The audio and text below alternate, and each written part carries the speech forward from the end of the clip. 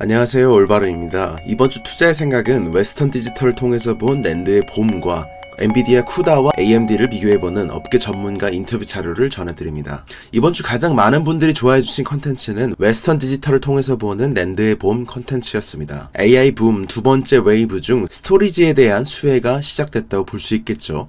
데이터 센터 내에 AI 서버가 깔리고 그 다음의 고민을 이어가다 보면 이제 스토리지가 부각되기 시작하게 됩니다. 스토리지가 부각되는 이유는 두 가지로 생각해 볼 수 있습니다. 첫 번째는 기업들이 AI 모델을 훈련시켜서 파인튜닝 시킨 AI를 실제로 사용하고 배포하기 시작한 영향입니다. 기업들 자체의 캠퍼스나 엣지에 배포되어 추론하다 보니까 엣지 단의 스토리지와 네트워킹 수요가 증가하는 부분이죠. 두 번째는 거대 언어 모델의 시대를 넘어서 이제는 거대 멀티모달 모델의 시대로 바뀌고 있는 영향 때문입니다. 우선 서버는 컴퓨팅 분야만 있는 게 아니고 컴퓨팅을 위해서 들어오고 나오는 모든 것들이 스토리지와 네트워킹이라고 볼 수 있겠죠. 그리고 앞서서 두 번째 이유로 말씀드렸을 때 거대 언어 모델에서 랭귀지 모델에서 멀티모달로 넘어간다는 표현을 드렸는데 여기서 데이터는 크게 보자면 두 가지로 구분할 수 있습니다. 하나는 정형 데이터 혹은 구조화된 데이터라고 부르는 것이 있고 나머지 하나는 비정형 데이터, 비구조화된, 비정형화된 데이터라고 부르곤 하죠. 정형 데이터는 주로 텍스트로 구성되어 있고 스프레드시트, 예를 들어서 엑셀처럼 고정된 행과 열로 저장되어 있는 데이터입니다. 그러다 보니 상당히 높은 수준으로 압축할 수 있고 직관적으로 가볍다라고 볼 수 있겠죠. 비정형 데이터는 단어에서도 드러나듯이 구조화되지 않은 데이터입니다. 그렇기 때문에 이미지나 비디오, 오디오 같은 것들이 대표적이죠. 텍스트에 비해서 그리고 스프레드시트에 비해서 직관적으로 무겁다라고 해석할 수 있겠습니다. 거대 모델의 개발이 진행됨에 따라 이제는 텍스트 기반의 LMM을 벗어나서 압축이 많이 되는 LMM을 벗어나서 이미지와 비디오, 오디오 기반의 멀티모달의 시대로 훈련과 튜닝 그리고 사용이 늘어나면서 비정형 데이터의 수요가 증가하고 있다. 이렇게 볼 수 있겠습니다. 우선 최근의 발언 시점을 보자면 2월 말에 대표적인 기업들의 코멘트가 있었습니다. 서버 기업들의 4분기부터 스토리지 언급이 시작됐죠. 델은 3분기부터 제가 계속해서 코멘트를 드리고 있고 휴렛패커드는 이번에 4분기 실적 발표부터 주목받기 시작했는데요. 이처럼 AI 서버를 기업들로부터 직접 주문을 받는 기업들이 올해 초에 4분기 실적 발표부터 스토리지 주문이 많이 들어오기 시작했다. AI 서버와 연계돼서 들어오기 시작했다. 라고 말한 것입니다. 처음으로 스토리지에 AI 수혜를 언급한 사례들이 공통적으로 발견된 내용들을 하이라이트 표시를 했습니다. 개인적으로 델을 몇 분기째 AI 하드웨어의 실적 시즌 마지막으로 항상 체크하고 가는 이유는 업계 전반에 대해서 이렇게 자세하게 말해주는 기업이 또 없기 때문입니다. 이전에 네프콘을 통해서 전해드렸던 델 4분기 실적 발표, 더 강해진 AI 모멘텀 자료에서도 기존 서버의 수요가 되살아나기 시작하고 있다. 그리고 스토리지의 AI 수혜가 시작됐음을 처음으로 언급해드린 시점이었는데요. 델을 조금 더 자세히 보시게 되면 첫 번째로 스토리지 수혜가 계절성 이상으로 증가를 하게 됐다. 그리고 두 번째는 처음에는 텍스트에서 훈련 배포 추론을 했지만 이제는 멀티모달로 전환되면서 스토리지 수요가 늘어난 것이 있고 기업들이 직접 캠퍼스에 AI 서버를 배포함에 따라서 클라우드를 넘어서 온프레미스와 엣지까지도 AI가 배포되어 스토리지 수요가 더 크게 늘고 있다는 것이었습니다. 두 번째는 이번엔 델뿐만 아니라 휴렛패커드도 4분기부터 AI 서버를 상당히 많다고 언급하면서 수주 잔고가 거의 델에 필적할 만큼 올라왔는데요. 휴렛패커드가 체크해줬던 내용은 데이터 센터들이 AI 서버를 설치하고 가동하는 데 필요한 공간과 전력과 냉각 요구사항의 설정 시간들이 늘어나다 보니까 배송 시기들에 영향을 미쳤다라는 내용을 했습니다. 매주 컨콜을 굉장히 수십 개를 보는 편인데 그 와중에 이 부분을 보고 버티브와 엔비디아의 GB200 NVL72가 굉장히 긍정적일 수 있겠다라고 봤던 이유 중에 하나이기도 합니다. 왜냐하면 3분기부터 4분기까지 전력과 냉각 문제가 없는 기업들이 서버를 더 많이 떠가기 시작했기 때문입니다. 두 번째로는 스토리지에 AI 수요가 번지기 시작했다는 것이 있었고 세 번째는 부품 가격으로 따지면 D램과 낸드 같은 것이 상승할 것을 예상했으며 네 번째로는 엔비디아의 H100 리드 타임이 줄었지만 그럼에도 불구하고 수요가 더 높기 때문에 최소 리드 타임은 여전히 20주 이상이다. 그리고 추론은 기업들이 데이터 보안 때문에 온프레미스를 잠재적으로 선호하고 있고 엣지에서 많이 발생하다 보니까 지연 시간을 줄이기 위해서 네트워킹과 스토리지 수요로 연결 연결되고 있다. 이런 부분들이 굉장히 중요한 부분이었습니다. 그리고 메모리 기업들도 실수혜를 말하기 시작한 것이 상당히 눈에 띄었습니다. 이 부분은 3월에 있었던 마이크론이 특히 강했는데요. 아무래도 D램의 강자들이기 때문에 전체 매출 비중 대비 HBM이 현재로선 서프라이즈 기여도가 크지만 생각보다 톤업이 크게 나왔던 부분 중 하나는 낸드 플래시였습니다. 양으로는 아무래도 작지만 가격 변화는 크게 나오고 있는 국면이죠. 시점상으로 보시게 되면 왼쪽에 웨스턴 디지털이 1월 말이고 마이크론이 3월 말이기 때문에 순서대로 한번 설명해 드리겠습니다. 첫 번째는 웨스턴 디지털도 마이크론과 함께 3분기를 기점으로 턴어라운드 하기 시작했습니다. 특히 웨스턴 디지털은 엔터프라이즈 SSD의 시장 점유율이 주요 플레이어 중에는 가장 낮기 때문에 SSD와 HDD 시장 전체를 바라보기에는 오히려 좋았습니다. 만약에 웨스턴 디지털마다 좋아졌다면 가장 마지막 단의 기업들이 좋아졌다. 이렇게도 해석할 수 있기 때문인데요. 이번 웨스턴 디지털의 4분기 실적 발표는 첫 번째로는 낸드 플래시와 HDD 시장이 회복되면서 스토리지가 단연간의 성장 사이클에 진입을 했다. 이런 부분을 톤업을 볼 수 있었고, 중국 수요에 대해서는 크게 두 가지를 언급했습니다. 첫 번째는 중국 내에 클라우드 타이탄이 있었고,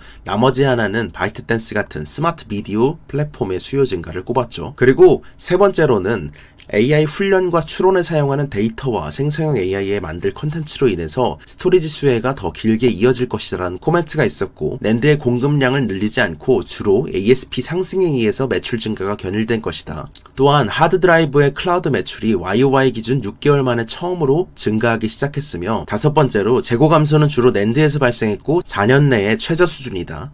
여섯 번째로는 하이퍼스케일러향 엔터프라이즈 SSD에서 더 많은 재고 소화, 한마디로 수요 강세가 일어나고 있다라는 부분을 꼽을 수 있었습니다. 그리고 마이크론 실적 발표는 가장 최근에 나왔던 낸드의 봄 콜을 드리게 됐던 유력 기업 중 하나였습니다. 두 번째 마이크론은 가장 최근에 1분기 실적 발표를 했던 기업이었습니다. 3월 20일 날 발표를 했으니 얼마 지나지 않았죠. 첫 번째로는 마이크론이 처음으로 강력한 AI 서버 수요는 말했었지만 HBM과 DDR5까지는 얘기했어도 데이터 센터 향의 SSD까지 성장을 주도하고 있다라고 말했습니다. 이로 인해서 D램과 낸드의 첨단 제품은 공급이 굉장히 타이트해지고 있다고 말했죠. HBM과 DDR5는 이전에도 언급했던 거지만 톤을 올린 사례이고, 반면에 엔터프라이즈 SSD 수혜는 이전의 4분기, 한마디로 12월 20일에 있었던 4분기 실적 발표까지만 해도 크게 언급하지 않았던 분야였습니다. 꽤 갑작스러운 톤업이었다고 생각하고 있는데요. 웨스턴 디지털 자체에 대해서는 매출의 55%가 낸드이고 45%가 HDD이기 때문에 스토리지에 대한 많은 코멘트들이 있었던 기업이었습니다. 최근 3분기 컨퍼런스 콜에 대해서는 넵콘을 통해서 독점적으로 공개해드리고 있습니다. 현재까지 웨스턴 디지털의 매출 성장률 트렌드는 그리 가파르지가 않았었습니다. 다만 이제부터 기울기가 좀 바뀔 거라고 예상하고 있는데요. 실적 발표는 아니었지만 가장 최근에 3월 5일에 있었던, 이거는 마이크론 실적 발표 전이죠. 그 전에 있었던 테크미디어 컨퍼런스에서 이미 가이던스를 초과하는 실적을 낼 것 같다 라고 말했던 바 있었습니다. 이에 대해서 마이크론 1분기 실적에서 화제였던 것도 대리 말했던 대로 엔터프라이즈 SSD에서 AI 수혜가 나오기 시작하면서 이전에는 조금 더 플랫했던 스토리지 수혜가 조금 더 증가하는 것을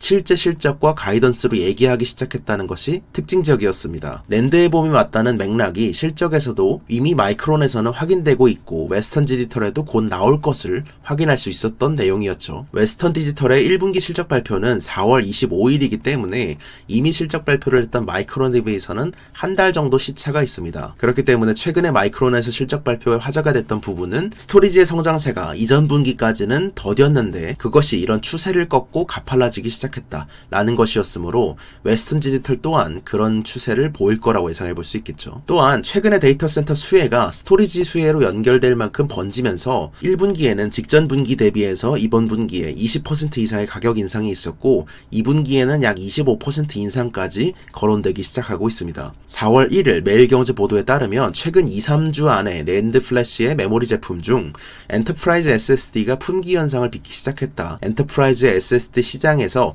삼성전자의 점유율은 50%이기 때문에 가격을 주도할 수 있기 때문에 유의미한 자료였는데요. 최근에 2분기 엔터프라이즈 SSD 가격을 당초에는 15% 정도 올릴 계획이었지만 수요가 더 좋은 거를 최근에 빠르게 확인하고 25%까지 올렸다라는 것이 이 기사의 맥락이었습니다. 현재 스토리지 수혜는 하이퍼스케일러향 엔터프라이즈 SSD 수요가 견인하고 있는 구조이기 때문에 웨스턴 디지털이 타 기업에 비해서 스토리지 기업으로서는 퓨어다라고 볼 수 있겠지만 높았지만 엔터프라이즈 SSD 내의 노출도가 낮다는 것은 지금은 좀 부정적인 영향입니다. 사실은 스토리지로만 볼 때는 매출 비중이 마이크론과 거의 비슷한데 오히려 웨스턴 디지털은 클라이언트나 컨슈머향으로 비중이 높죠. 하지만 그럼에도 불구하고 두 가지를 꼽을 수 있는데요. 첫 번째는 업황이 좋아지면 일단 제품이 좋은 하이엔드 쪽으로 블랙홀이 발생한 것이기 때문에 추세적으로 가격은 후행하더라도 다 같이 좋아지는 경향이 있다는 것이고, 두 번째로 엔터프라이즈형 노출도는 상대적으로 낮더라도 마이크론보다 훨씬 더 높은 수익성을 달성하고 있는 기업이기 때문에 웨스턴 디지털 자체는 스토리지 산업이 좋아지면 좋아질 것으로 생각하고 있습니다. 그리고 이번 주 두 번째로 가장 많은 분들이 좋아해주신 콘텐츠는 업계 전문가 인터뷰, 엔비디아의 쿠다와 AMD의 것을 둘러싼 이론과 실제에 대해서 얘기해보는 시간입니다. 전체 네프콘 자료는 41분이기 때문에 매우 긴 자료이지만 쿠다에 대해서는 두 가지로 크게 요약할 수 있었는데요. 첫 번째로는 AMD 엔지니어의 발언을 꼽을 수 있었습니다. 엔비디아가 지금까지 우세했던 이유 중에 하나는 지금까지 엔비디아가 쿠다에 얼마나 많은 돈과 시간을 투자했는지에 대한 것 때문이고, 하드웨어를 프로그래밍으로 다뤄야 하기 때문에 쿠다를 대체한다는 것은 상당히 어려운 부분인데, 메모리 관리나 데이터, 복잡한 과정 같은 건 일선에 있는 AI 연구원들이 가진 능력이 아니라 하드웨어를 다루는 연구원들이 같이 붙어야 하는 일이죠. AI 모델을 만드는 법을 알아도 쿠다 커널을 소프트웨어적으로 대체할 것을 알지 못하기 때문에 굉장히 많은 비용과 시간이 들이는 작업이라는 걸 의미했습니다. 이론적으로 AMD 제품이 주장하는 부동소수점 연산 능력과 실제 데이터는 꽤 다른다는 것을 인정했죠. 또한 엔비디아 연구원 출신의 발언도 있었는데요. AMD GPU는 정수 연산에는 탁월하지만, 한마디로 간단한 작업만 보면 탁월하지만 실제로 가속 컴퓨팅 내에서 수많은 소프트웨어를 다루기에는 부족한 부분이 많다는 점이었고, 하이파이퍼를 이용해서 전환해서 AMD GPU에서 가동할 수 있긴 하지만 완전하게 호환이 될 수는 없기 때문에 많은 커스터마이징을 해줘야 된다는 게 문제였습니다. 한마디로 AMD GPU를 엔비디아 것처럼 쓰려면 가격은 하드웨어 자체는 싸게 사왔지만 커스텀을 하고 유지시켜야 하는 비용이 거의 엔비디아의 GPU보다 많은 비용이 쓴다는 것이 문제인데요. 이를 커스터마이징 해주기 위해서라도 일단은 맞춤형 가속 알고리즘이나 커널 구조, 메모리 처리나 다중 스레드 프로그래밍 패턴 같은 것을 다뤄야 하는 매우 어려운 프로젝트이며, 비용과 시간을 쿠다에서 AMD 것으로 옮기느라 핵심 사업에 써야 하는 유능한 개발자를 낭비하는 것을 생각하면 추가적인 비용 절감의 의미를 찾기는 좀 힘들다. 그래서 AMD GPU를 쿠다에 맞게 커스터마이징하는 비용이 엔비디아 GPU를 그냥 샀을 때에 비해서 2배 가까이 들어간다 라는 부분을 현직자 인터뷰를 통해서 체크할 수 있었습니다. 아마존 출신이 이야기한 아마존 2.0 NDJC의 리더십과 광고 시장의 잠재력, 그리고 클라우드 파트너사가 AI 수요가 크게 늘 것이라고 전망한 자료는 자세한 내용은 네이버 콘텐츠 프리미엄을 통해서 공개된 자료입니다. 이번 주 네프콘을 통해서 전해드렸던 독점 콘텐츠는 총 5개였습니다.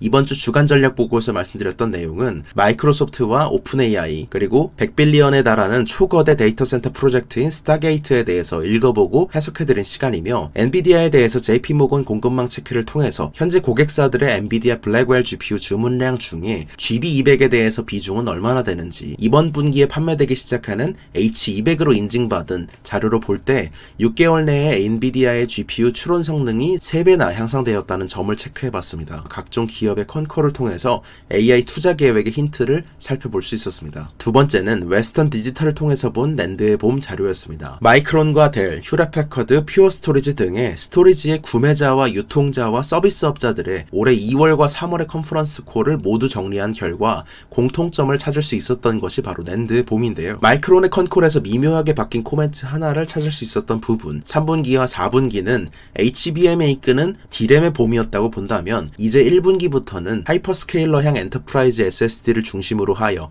낸드 플래시의 봄이 온다고 전망해본 자료였습니다. 스토리지의 대표 기업 중 하나로서 웨스턴 디지털을 소개해드렸습니다. 세 번째는 존경하는 인물인 워렌 버핏의 일대기에 대한 이야기입니다. 워렌 버핏과 스티브 잡스, 마크 저커버그와 빌 게이츠가 추구했던 완전한 몰입과 숫자를 좋아했던 꼬마 버핏은 7살에 동전 체중계 상업으로 록펠러가 되길 꿈꿨던 이야기 같은 것들이 재밌었습니다. 또한 워렌 버핏이 평생 인생의 선물이라 생각하는 아버지 하워드 버핏과 능력의 범위를 이해하는 과정, 투자 인생을 바꿨던 버크셔 해서웨이와 찰리 먼거와의 만남, 빌 게이츠와의 만남에 대해서도 살펴볼 수 있었던 1편 5만 오마하의 현인이 되기까지 자료입니다. 이번 주 네 번째 자료는 워렌 버핏을 이해한다는 것 2편이었습니다. 타고난 투자자이지만 그의 삶에도 명과 암은 있었죠. 자녀들이 말하는 버핏의 삶, 그리고 설계자 멍거와 함께 만들어갔던 세계 최고의 복리기계 버크셔 해서웨이와 버핏의 인생의 위기였던 1991년의 살러몬 브라더스 스캔들에 대해서도 다뤘으며, 버크셔 해서웨이 50주년에 워렌 버핏이 아무도 우리가 이렇게 커질 줄은 몰랐지만 우리가 믿었던 복리는 통했다 라고 말했던 내용들, 수지 버핏과 아스트리드 맨크스까지 버핏의 두 아내와 최종적으로 워렌 버핏이 되어간다는 것에 대해서 다뤄봤던 유의미한 자료였습니다. 다섯 번째는 업계 전문가 인터뷰, 엔비디아의 쿠다 이론과 실제는 다르다 심화편 자료였습니다. 네 가지 첩태로 이루어져 있는데요. 첫 번째는 전직 AMD 엔지니어가 말하는 현직에서 느꼈던 엔비디아 쿠다의 해자와 클라우드는 AI 칩을 현재 과매수 중인가에 대한 분석. 두 번째는 엔비디아의 연구원이 말하는 쿠다와 AMD의 자체의 ROCM을 비교해보고, 세 번째 인터뷰는 클라우드 업계 내에서 엔터프라이즈 AI에 대한 수요를 느꼈던 점들에 대한 코멘트가 있었으며, 네 번째는 아마존 2.0을 이끌고 있는 앤디 제스의 리더십과 아마존 광고 사업의 현실성이 높은 잠재력에 대한 코멘트를 정리해본 자료입니다. 이번 주 투자의 생각 유튜브 편은 여기서 마치겠습니다. 감사합니다. 올바른이었습니다. 좋은 하루 되세요.